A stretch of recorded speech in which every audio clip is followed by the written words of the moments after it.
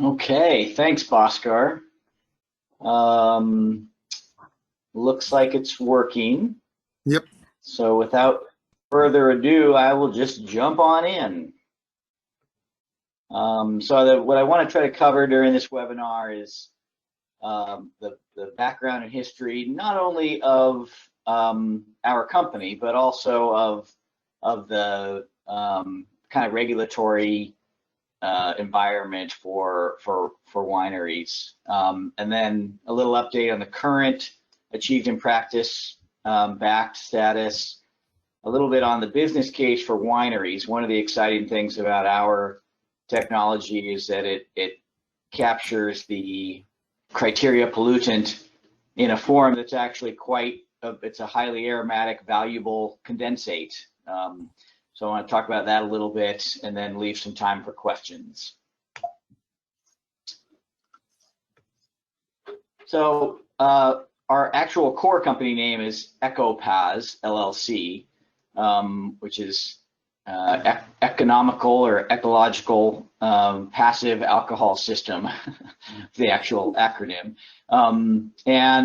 We were originally responding to an environmental problem, emergency air quality compliance problem, and that was the VOCs from wineries. Over the last decade, there has been a fair amount of industry pushback, which is not atypical, even in some of the severe non-attainment districts, the industry has managed to slow the adoption of controls. In 2018, a back determination was made in Santa Barbara, despite industry opposition. However, it was limited to less than 30,000 gallon tanks. The reason that's worth mentioning is because originally our design capacity was really more for greater than 100,000 gallon tanks. So 100 up to many millions of gallons, or of combined capacity in a lot of cases, multiple tanks that are manifolded together. Aromatica is a brand of ours, of EcoPAS, that was launched in 2019 to really focus more on the aromatic condensate byproduct from the capture process. So we'll talk about this a little bit more later, but in many trials with many winemakers, they have found a high value from the wine spirits, also known as aromatics or condensate or essence. And our Aromatica brand is really kind of reflects our focus on that portion of the business. So the process is essentially a chilled condenser. So we capture vapors released during wine fermentation via specialized application of good old-fashioned chilled condensation. The vapor composition that comes off of fermentation tanks is water, ethanol, and highly aromatic volatiles. CO2 is the vast majority of the vapor, and it's the carrier gas and process driver. So it's what pushes, of course, all of the exhaust vapor through our process. Our condensers convert those vapors into a wine spirit, as we call it, and chilled condensers as air quality controls have been used, of course, for many decades. Even in wine, as early as the 1980s, chilled condensation was identified as the most cost-effective technology for winery emissions. Our development work, our technology development work, has focused on the unique winery application. So the big part there from a technical perspective is avoiding the creation of unwanted back pressure or tank headspace pressure. Many industrial heat transfer devices, tube and shell condensers or chilled condensers, rely on a fairly large pressure drop across the condenser, and that's one luxury that we don't have in the wine space. So it's a matter of creating good capture efficiency without creating unwanted back pressure. Of course, a big focus on lowering capture costs, demonstrating byproduct value, and then making it as easy as possible for the cellar crews to still do their primary job, which is, you know, pumping over the wine and adding additions and monitoring everything they need to monitor for that. So that's pretty much the key, is get capture efficiency up, cost reduce, and make it easy to use. So the advantages of our approach, of course, designed specifically for wineries. We don't use any water in the process.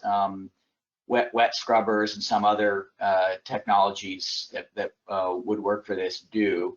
We don't have a waste stream to the extent that people find the wine spirits very valuable.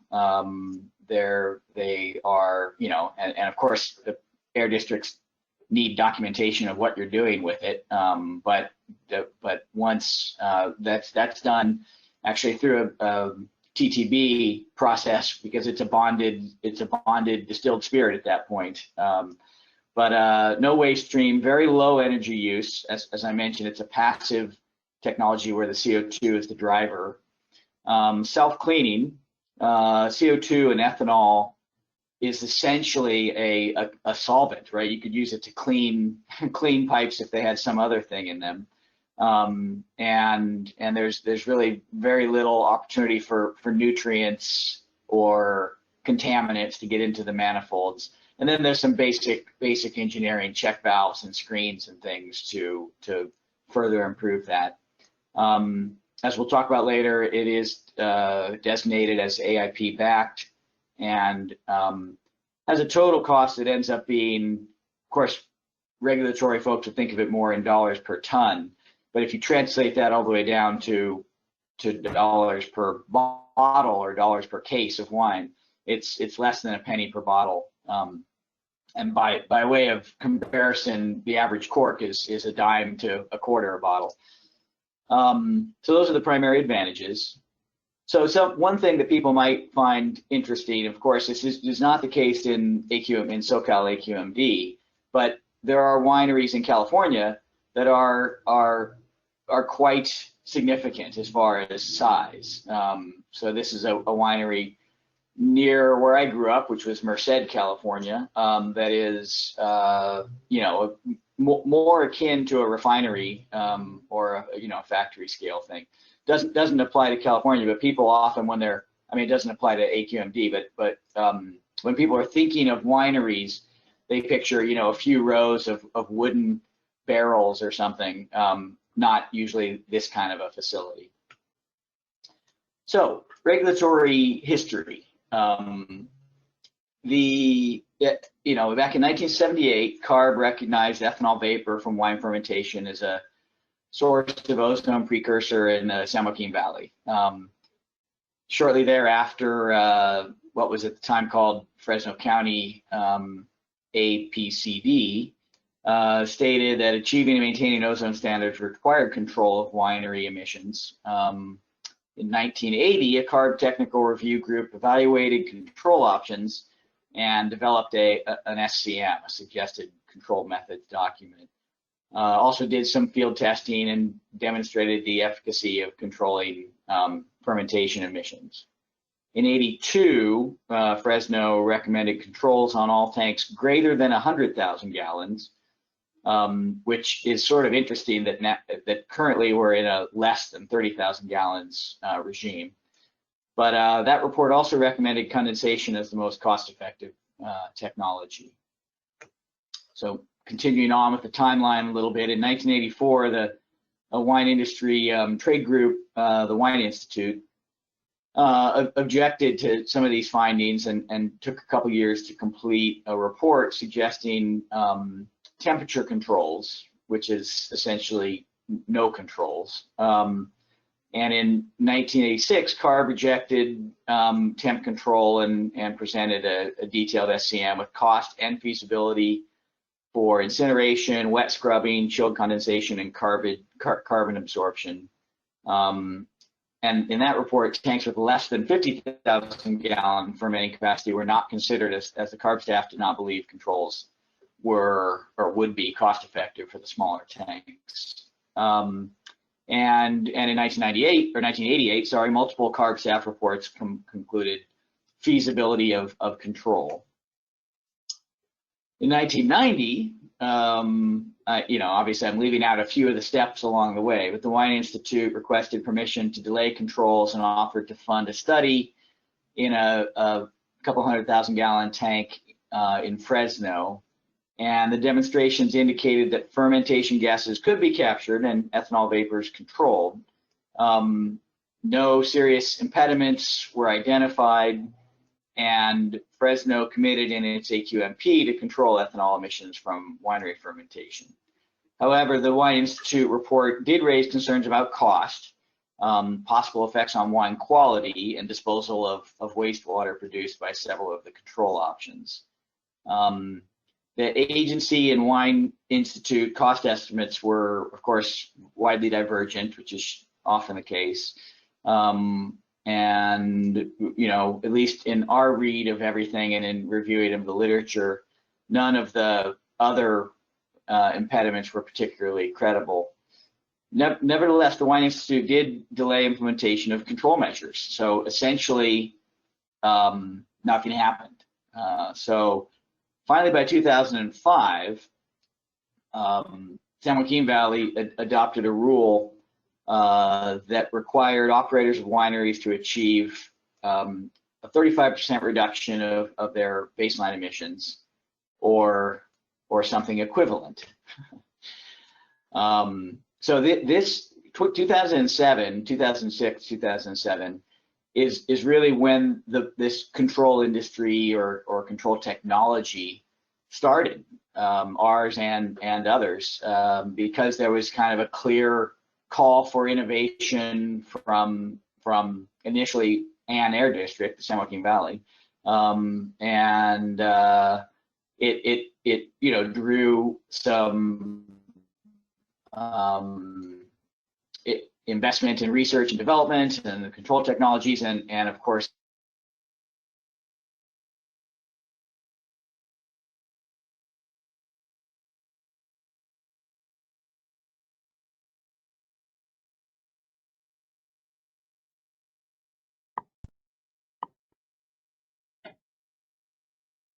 Is it just me or others are having trouble listening? I cannot hear. No, it's not only you. wine industry tracks these credits. Hey, Patrick, we lost Sorry, you was that for a minute or so. Let me. Maybe you can just restart on this slide. Yeah, I'll see if let's. Is my audio a little bit better there? Yeah, audio now it's good. Okay. I think when you just starting the slide, that's when we lost you. Yep. So. Yeah, I turned my webcam off. Hopefully that might reduce the bandwidth requirement a little bit. But so continuing on in 2007, in 2005, Fresno had implemented a rule, and in 2006 and 2007, multiple for us and other firms answered the call for innovation to try to develop and specialize the various technologies for wine fermentation. Also in 2007, the industry offered to meet the 35% control requirements by putting oxidizers on brandy storage facilities that had not been previously identified in the San Joaquin Valley inventory. And that was, and to track those credits through a different record-keeping methodology than the normal emissions reduction credits. And through a variety of hearings and things, the Valley accepted that plan, accepted temperature control as backed, and found any actual controls to be always at least slightly above the district cost effectiveness thresholds under their then current NSR. So that catches us up almost to real time. So in 2017, Santa Barbara finds winery controls to be achieved in practice backed, and there is a good repository or archive of that those findings on the Santa Barbara website. And I'm sure they've been reviewed as part of the AQMD back determination more recently. The Wine Institute did appeal that, lost the appeals, but did succeed in limiting the back designation to the lower end of the size range of tanks. And since then, the Wine Institute has been lobbying the legislature to permanently exempt the wine industry from air quality controls. And of course, organizations like CAPCOA have opposed those.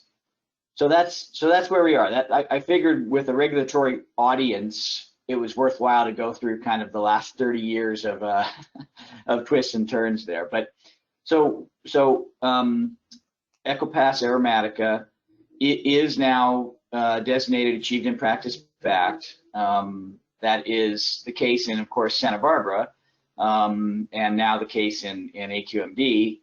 And one would hope that that will set a precedent for other districts as new permits are applied for. In this picture right here, 2 of our units are on a manway, a walkway near manway covers at the top of tanks. These can also be located down, of course, down to the ground level. They can be individually, one control system per tank, or they can be manifolded together when you have many. I think I have a picture of that. Yes, centralized or distributed. So in this photo on the left here, this is a larger system that's manifolded to 24 tanks, 24 smaller tanks, but it's about a 200,000 gallon fermentation capacity system. And then the picture on the right would be a single system on a single tank at the smaller end. And we have done installations both indoors and out. And there are variations in siting and in insulation, and of course weatherproofing any electronics, if there's any data logging going on or things like that. But it works equally well indoors or out. So moving on from kind of the regulatory background and the actual technology itself, I wanted to spend a moment on a test case or kind of the economics of it. This is actually by Southern California standards or Temecula standards, this would be a very big winery. But by San Joaquin Valley standards, it's a relatively small winery. And by Central Coast standards, it's about an average winery. So a winery that produces 1.5 million cases, of course, depending on the mix between red and white wines, but would have a potential to emit of, say, 11.2 tons per year of VOCs. If we used a capture efficiency of 67%, that would be a target control of 7.5 tons. For that size winery, again, there are variations at each site that have more to do with mounting locations and manifolding and things like that. But in this particular example case, that would be about $560,000 of capture equipment. And then using kind of a normal capital recovery factor, that would be annualized at $50,000. And then, of course, there's annual costs. In a lot of the cost effectiveness analysis, the air districts still assume that you need to destroy or dispose of the captured condensate. So we've left those in, but as we've talked about previously, and we'll talk about it further, in most of the cases, the vast majority of the cases, people use the wine to blend the condensate to blend it back in to improve their wines. So that would have, in this example case, there would be an annual cost to the winery of $90,000. And that if you divide that by 7.5, that comes out to $12,000 per ton. And then you can see the illustrations down there on a per case or per bottle basis. So of course, each time cost effectiveness is done, there's variations that can occur, and it like every control technology it scales up. It scales in both directions, but this same cost effectiveness is not necessarily the case at a very small winery. If you had a winery like many in Temecula that's producing, say, 10,000 cases of wine a year, even a $20,000 capture system might end up looking like a $30,000 per ton kind of capture technology. So it will be interesting to if and when new permit applications arrive, to do further work on seeing exactly the best ways to optimize both cost and capture efficiency for relatively small wineries. But this is a good case study for kind of a mid-sized winery.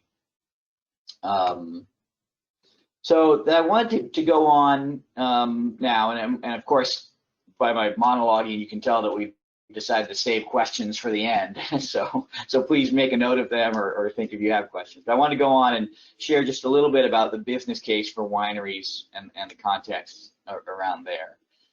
So we talk about the utility, the value of the condensate in four different cases, or four different models. One is if you're a mature brand, a big brand that has a certain style and quality that you have to maintain for that brand. Your biggest challenge is that the cost of fruit and the cost of agricultural land continues to go up. And so one thing you're looking for is the ability to substitute lower cost grapes while maintaining style and quality. So the ability to use highly aromatic capture from your best fruit and use it at blending time to bring up essentially the quality of lower cost fruit can be a big benefit. And I have a little further detail on this in the next slide. But it's essentially cost savings. A supply constrained brand would be an example, a brand that is selling all 100,000 cases of their new hot label, but they can't get enough good fruit to sell 110,000 cases or something like that. And in this case, it's similar, but you can make more while maintaining style and quality and therefore increase total revenue.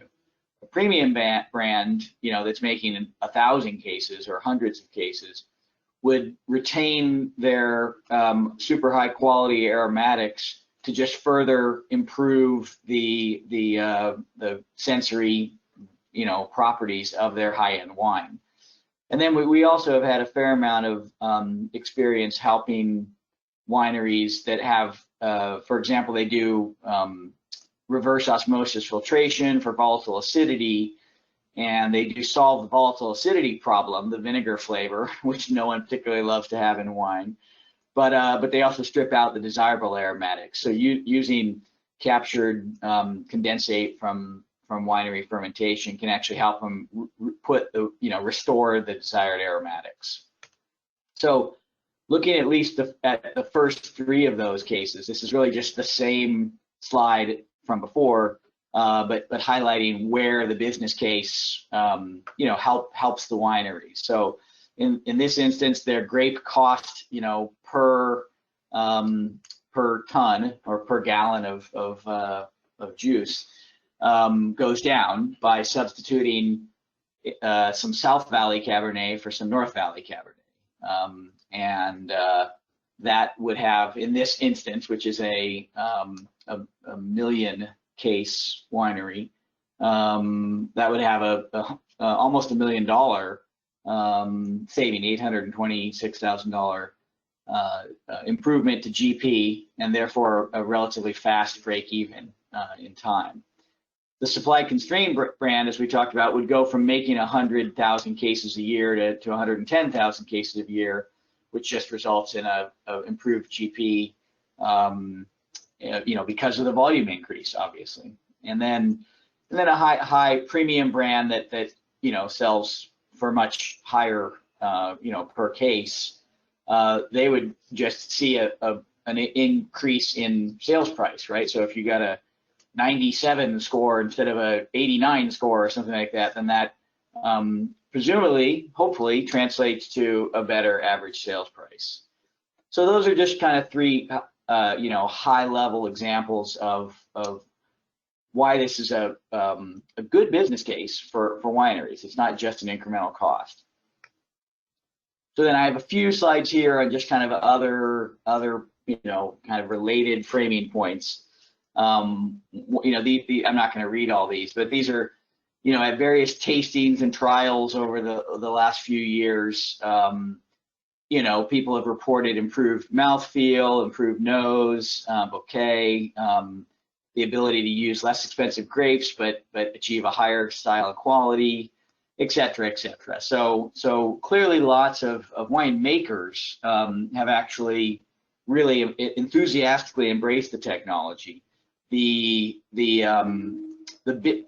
business folks, of course, compliance or CFOs or whomever, have been a little more hesitant to want to embrace more regulations, right? More, another cost. But the winemakers have certainly been enthusiastic about it, which is one of the reasons we tend to be spending more of our time focused on the Aromatica value and the way to translate that value into a business benefit instead of a new cost. This really, the point of this slide is just to share that the wine industry is not actually famous for rapid adoption of new technologies.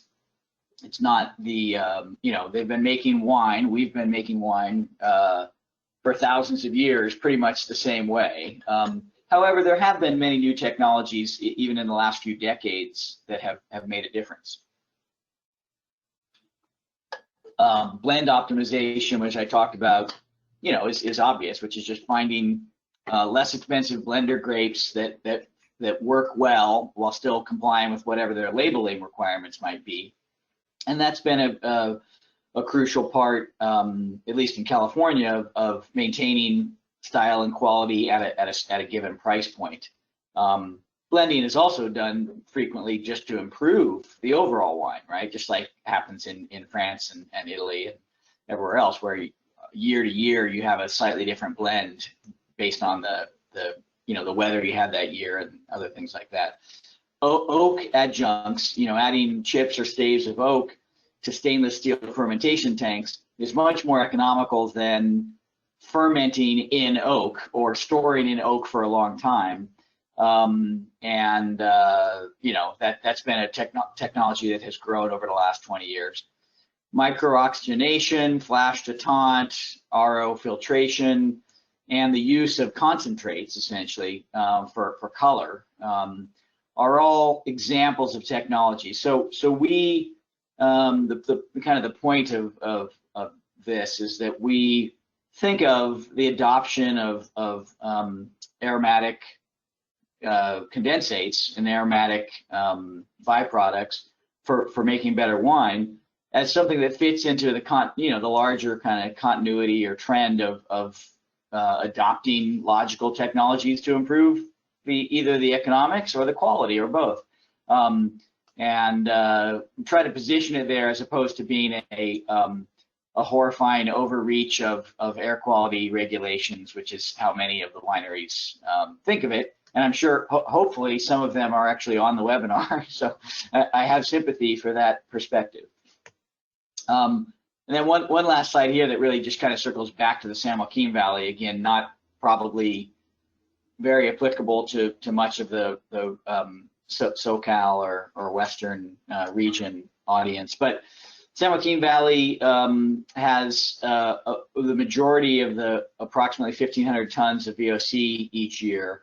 And winery emissions, based on CARB inventory records, comprise approximately 61% of all VOC emissions in the valley between August and October, right? So the relatively high ground level ozone season, and that's when, of course, all fermentation occurs, which is in that quarter. So it will be an interesting question to see if the Valley will continue to have essentially no winery controls, and also interesting to see if there's been an ongoing trend towards wineries moving or expanding in the Central Coast, in San Luis Obispo, Monterey, and Santa Barbara counties in particular, and that will probably trigger some interest in trying to, in adopting these controls during their new source review. So with that, I'm actually a couple minutes ahead of schedule, but that leaves us time for questions, and that's essentially what I wanted to share today. So I appreciate everyone's attention. Excellent, excellent. Thanks, Patrick, for the presentation. Very informative. Haven't been involved with any of the permitting for the wine industry, but I understand that we are including this under our back listing, this technology that you have implemented. So with that, let's open up the floor for questions. Let me see, maybe if you can. I'll keep the controls. So if you need to go to any of the, okay. So anyone has questions? I don't see anything in the chat box. So please go ahead and unmute yourself and ask the question. This is Krishna here. I was trying to understand that the condenser technology, the condensate seems to be more valuable than the real wine, because the impression I got that is high quality, so you can add to this poor quality grapes and still maintain your quality. Is this correct? Yes, of course, and that's a good question. The condensate collected on high quality grapes is generally better than the condensate collected on low quality grapes, right? So when you're doing the blending examples that I shared, you're using the volume of your, say you went from 75 down to 50% of your North County cab, right? You're using the condensate from the 50% of your higher quality grapes at blending time to bring it up, right? So that the use ratios are done by the winemakers, at blending time. But the reason that it works is because the aromatic volatiles, so take ethanol aside, right? So it's really a coincidental thing, but the aromatic volatiles are highly concentrated. They're about 5, because they're the most volatile, and therefore they're 300 to 500 times more concentrated in the condensate than they are in the base wine. There are some instances, depending on fermentation temperatures, when specifically when they ferment very hot or very quickly, when the wine, the high temperature strips off, more of the desirable volatiles, and in those cases, even just reblending your what would otherwise be lost back into your base wine is very desirable. One of the things the winemakers like about it is that you have a separate, it's like a spice rack, but you have a separate tool that you can use at blending time to fine tune things and to improve things. But it is certainly true that maybe I never mentioned this, but the volume of condensate is about 0.5% of the volume of the wine, right? So if you did a 100,000 gallon tank of wine, you would have somewhere between 300 and 500 gallons of condensate. So although the use rate going back into the wine is also going to be a similar percentage, right? So you'll put about 0.5% in to get the desired results. It's a little misleading to say, oh, look, it's worth more than the wine, because yes, it's worth more, but you have 1/200th of the volume, right? Does that make sense? Yeah. Very good. Thank you very much. Yeah, thanks for the question. It would be accurate to say that it's worth more per gallon. It is true. Yep. Good. I actually, if we, or while we're waiting for a question, if we have any, I had actually one for anyone from AQMD. And Steve, you might be able to help me articulate this, but the thresholds in different districts vary, right? For major sources and minor sources and things like that. My question would be, how is this new back determination in Southern California likely to impact new source review and permitting? Is it going to apply to virtually every winery, or only wineries with production above a certain size? Steve, am I articulating that correctly? You have anything to add?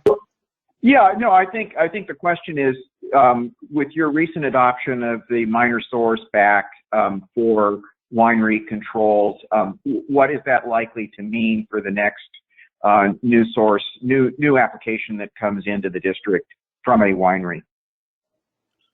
Right. I mean, so typically, as far as the South Coast AQMD is concerned, if NSR is triggered, then we require backed. And our trigger for backed is 1 pound increase. So if we get a new application which has emissions of more than 1 pound, or existing winery which is doing something to increase capacity and their increases emission is more than 1 pound, then the backed would be triggered. And when the backed is triggered, then we look at, we have minor source backed for minor sources, and then the major source backed is pretty much layer, which is the lowest achievable emission rate. So depending on what kind of source it is, we would apply the technology, and then they would be required to meet the limits that are there under the backed. So, I'm just taking example of burner, if we have 5 ppm listed as backed, then that's what we would specify on the permit, and the applicant would have to find a manufacturer. There may be one manufacturer, there will be multiple manufacturers. So we are, we specify where you need to get to, but then it's up to the applicant how to get there, what technology, what companies they use and all that. So it wouldn't apply to the current facilities. It's only when they come in for a permit modification or a new permit is when that backed would be triggered. I may just add 1 pound per day, the increase in the 1 pound per day, that is important. Right. Thanks, Krishna. Yeah. It's 1 pound per day. Hi, Bhaskar. This is Bahara Farahani. I just want to, Bhaskar actually, he covered pretty much everything. And the only thing I want to add is, as he mentioned, that what we established as a back was for the minor source, and as is based on the Santa Barbara. And since we use that example, so, the back is kind of case specific. So it is for any kind of like closed tanks less than 30,000 gallons venting to the water scrubber or chiller. And since this is for the minor source, of course, any permit, a new permit, or any kind of modification that is, the emission is more than 1 pound per day, even for the major source, they need to comply with this back determination. Thanks. That makes sense. We got a couple of questions in the chat session, so let me go through those. So Mr. Gopal Shankar is asking, can you share which wineries have adopted your solution? Well, the one that is listed explicitly in the Santa Barbara thing is already public knowledge, and that is Central Coast Wine Services. Because of the industry scrutiny and one would almost call it internal division sometimes between the folks that want to be more sustainable and the folks that want to try to, fight or resist controls. All of our wineries have adopted, either for compliance reasons or more commonly for quality reasons, because they like the aromatics, have all asked us to not publicize their names. So that one's kind of a tough one, because we would love to be showing testimonials from everyone, and they say, God, no, this is a hot potato. Please don't publicize. Yeah. So sorry. Can I follow up very quickly? The reason I'm asking the question is, I'm an energy consultant. I'm in the wine industry. I'm based in Napa Valley. I'm not in the wine industry. They include my clients. And the way they adopt these solutions are through word of mouth more than spreadsheet analysis. That's one thing. The second is the way I've been able to gain more traction because of the internal conflicts, right? The CFO wants something, the marketing folks need something else. Is that this can be, if your solution can be paid for by you're just guaranteeing the results, right? Right. Anyway, but we can take this discussion offline. Yeah, you're 100% right, Gopal. And that's why a lot of our current value proposition is built around trying to say, here's where it's going to change either your cost of goods or your revenue or something. And that is the primary driver. Of course, there's the complex dynamics of regulatory compliance are such that the hardcore resistance part of the industry says, look, if any one of us even admits that it pays for itself, then that's going to further embolden the enforcement of the regulatory community or something like that. So it makes them even more quiet about it, kind of. But you're definitely correct, and I think we're seeing a trend towards that, and it'll get there. It'll get to a tipping point at some point. Thank you. Yep. Kathleen, you had Pascal, yeah, Pascal, I wanted to ask. I'm sorry, Patrick. I wanted to ask the technology that you developed. Was it the Fresno State their wine program have anything to do with it because you were in that area? I was just curious and how are they doing? Do you know how they're doing? Because they were kind of failing there for around 2015, but I think they're rising. Yeah. So certainly Fresno State, Cal Poly, and UC Davis are the three kind of powerhouse technology programs in California. And Hancock has a JC program too, I think. Okay, yeah. No, there's others. There's definitely others, but those are kind of the big. And I would say, yeah, those three are. But and Fresno certainly has been a part of some of the trials and some of the studying. I don't know, but I think I'll defer to Steve and see if he has anything to add. I don't know if specific, if any aspects of our specific technology I certainly know that we didn't license something or co-develop it with at Fresno or with Fresno State. But they they're the various studies that have been funded by the industry, for example, are very often done at either Fresno or Davis, UC Davis. Steve, do you have anything to add to that? Yeah, just that all of our research and development was done independently. We were certainly aware of the early work at Fresno State, which took a lead really even more than Davis, and of the investigators at Davis that had been working kind of on the periphery of this. But there's no active research that we're aware of on this topic at any of the California universities at this point. But our research and development and our work at wineries was done without participation of any of the universities. We've closely worked with a number of winemakers who came from one or more of those programs. Well, thanks. And then, Steve, while you're talking, Olga had a comment about the chemical compounds that are commonly found in our condensate. Well, she's asking one of the main questions that investigators in France and all over have tried to get the magic of what it is that makes the difference between a screaming eagle and a 2-buck chuck. And we're looking at probably, less than 0.5% much less than 0.5% of the wine that makes the difference between the two of those. And it is a very complex array of different aromatic flavor and aroma compounds. We have done we analyzed our condensate, in terms of a GC mass spec spread of compounds, and literally there are hundreds that make that up. There are winemakers that have tried to figure out what it is that makes an expensive or wonderful wine, and so far that through the wine industry has drawn essentially a blank.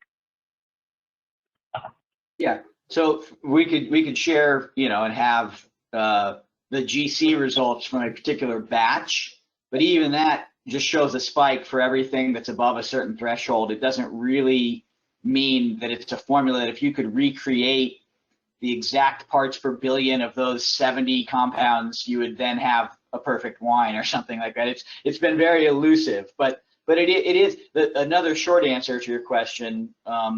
Is it's the same compounds that are in the wine, of course. It's just the more volatile they are, the more volatile of them end up being more highly concentrated in the condensate.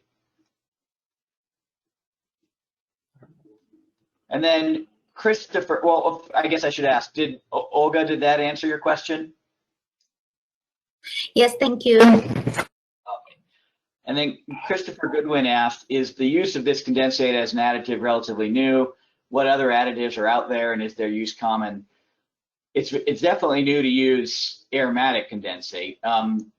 Historically, people have used what are called wine spirits to change the proof, right? To either, to slightly increase the ethanol content, and they have also, of course, always in every distilled thing and fermented thing, they use water to reduce, the proof, the ethanol content. The most common additive, and of course, winemakers don't publicize additives, right? It's not, they tend to publicize, this is just speaking from the terroir of our region, and we don't touch it at all. It just comes from the soil to you. But the most common additives are the color ones that I mentioned, I think.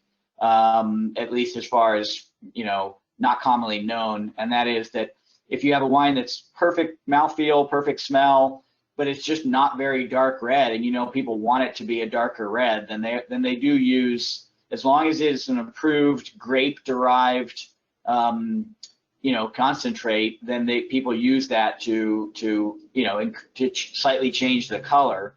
And then Steve, you might be able to comment. I mean, there's certain things like sulfites, right, and others that have always been used to stabilize wines and to do other stuff. There's a few other that I'm not thinking of. Well, there's everything from the choice of the yeast, which produces a different array of aromatics, to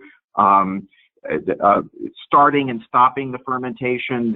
A lot of these tanks are surrounded by glycol chillers, and so depending on the pacing that the wine fermentation goes through, addition of oak flavors, just as a flavoring agent.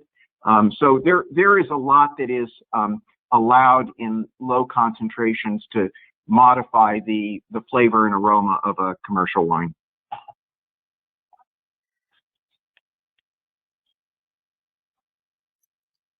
I think, unless, Bhaskar, you see that I've missed any of them, I think we've touched on most of the chat questions. I'll just reiterate that, the PowerPoint presentation or the PDF of the presentation will be on our website. That's something that a couple of people asked for. And we'll upload it right away. We have the presentation with us. So still open for any questions. If somebody has any, please unmute yourself. Is it, this is Kathy again. Is it just for PowerPoint or the whole recording? I didn't quite get that. Could you restate the question? Okay. Is it just the PowerPoint or the whole recording? He's asking if I it's still- the recording as well as the PowerPoint. Yes, Oh. thank you. Yeah. I don't know the we will. Bhaskar, are we not gonna? You recorded this, so are we not gonna we have the actual recording. recording? Yeah, we have the recording. We can put that one also. But the recording is just the audio, so you'll have to sync it with the presentation. And of course, anyone can send me an email or give me a call if they have any questions. Sure. Perfect. Bernadette, you want to close? Sure. I wanted to thank everyone, especially the presenters, Patrick and Steve. I thought it was a great presentation. I think a lot of us on the call are wine aficionados, especially all of us in California. And I'd like to encourage people to join the A&WMA West Coast section and to get involved. We always have interesting speakers. We're always looking for other people to be involved. And if there's presentations that you're interested in, please contact either Bhaskar, myself, or anybody at A&WMA and let us know, and we'll look to see if we can schedule those presentations. I think that's it, Bhaskar. Excellent. Well, thanks for everyone's time and attention. We appreciate the opportunity. Thanks, Patrick and Steven. Really appreciate your time and the presentation. It was really nice. We enjoyed it. Cheers, guys. Bye-bye. Cheers. Bye.